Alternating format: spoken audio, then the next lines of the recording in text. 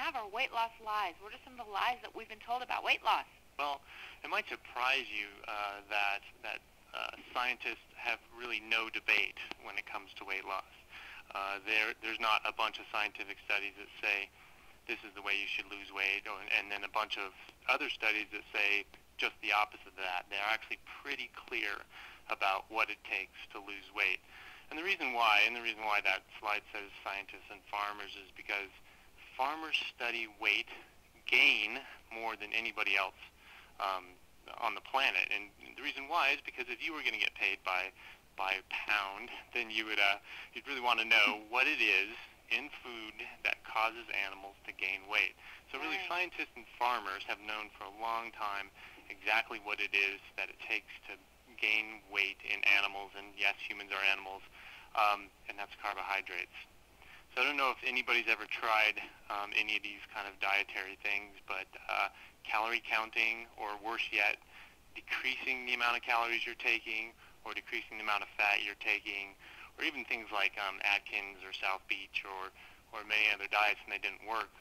And the reason why they didn't work is because they don't really address those kind of underlying issues of what it is that causes people to gain weight.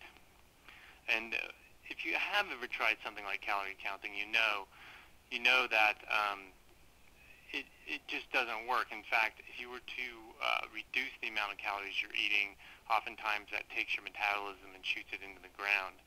Some of the research studies out there show that your metabolism will reduce by about 30% if you go on a low-calorie diet. And if you have done something like Atkins or South Beach or something like that, which is a really high-protein diet, you would kind of know this intuitively, but let's kind of walk through it.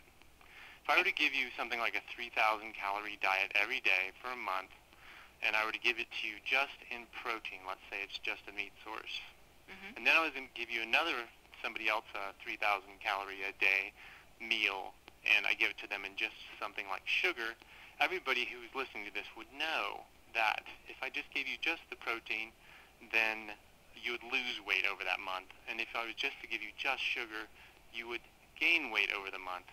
And so that's one of the key takeaways, is that calories from carbohydrates are not the same as calories from fats and proteins. So when you're worried about counting your calories during the day, you should just stop that, because the calories that you're eating, the types of calories that you're eating, the types of foods that you're eating are far more important than the amount of calories that you're eating every day.